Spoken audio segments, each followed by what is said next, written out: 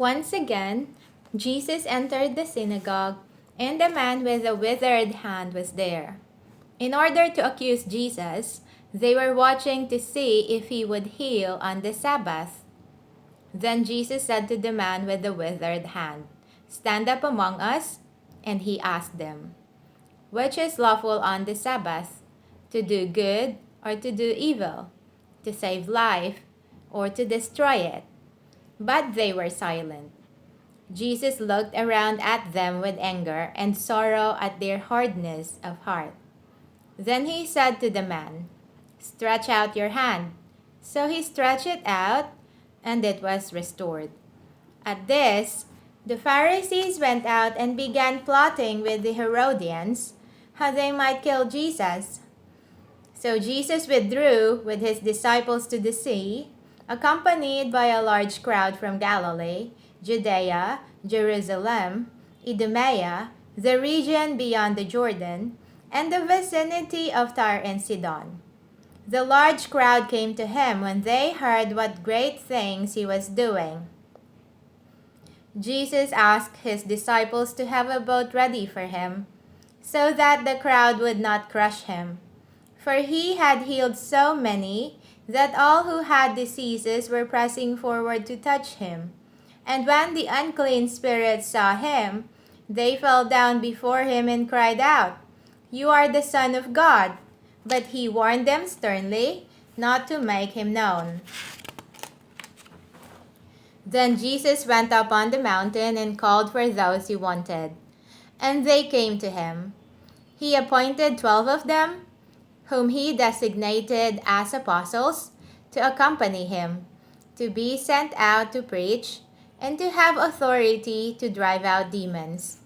These are the 12 he appointed: Simon, whom he named Peter, James, son of Zebedee, and his brother John, whom he named Boanerges, meaning sons of thunder, Andrew, Philip, Bartholomew, Matthew, Thomas, James son of Alphaeus, Thaddeus, Simon the Zealot, and Judas Iscariot, who betrayed Jesus.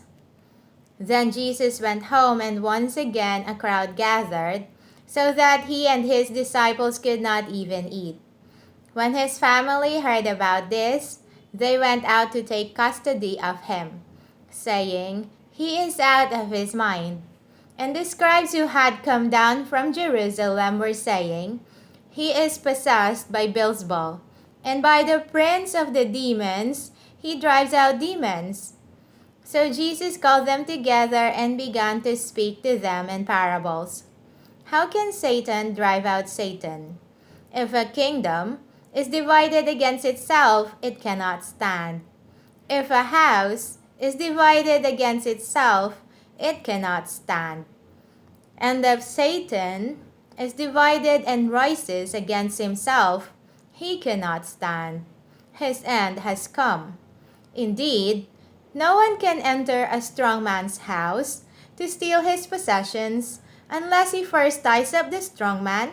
Then he can plunder his house. Truly I tell you, the sons of men will be forgiven all sins and blasphemies, as many as they utter. But whoever blasphemes against the Holy Spirit will never be forgiven. He is guilty of eternal sin." Jesus made this statement because they were saying he has an unclean spirit. Then Jesus' mother and brothers came and stood outside. They sent someone in to summon him, and the crowd was sitting around him. "Look," he was told, "your mother and brothers are outside, asking for you." But Jesus replied, "Who are my mother and my brothers?" Looking at those seated in a circle around him, he said, "Here are my mother and my brothers, for whoever does the will of God is my brother and sister and mother."